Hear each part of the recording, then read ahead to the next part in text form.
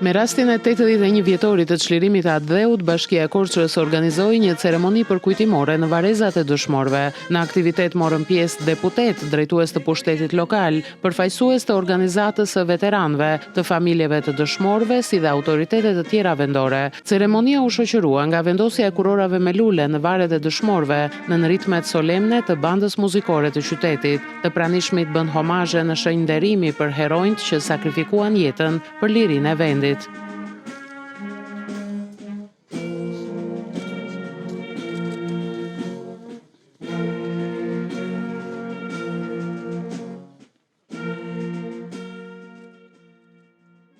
Në varezat e dëshmorëve të qytetit të Korçës prehen 939 dëshmorë të tre periudhave, të periudhës të rilindjes, të periudhës të luftës nacional çlirimtare dhe të periudhës të pasçlirimit. Dita e sotme është ditë e shënuar, është 29 nëntori, dita e çlirimit të Shqipërisë.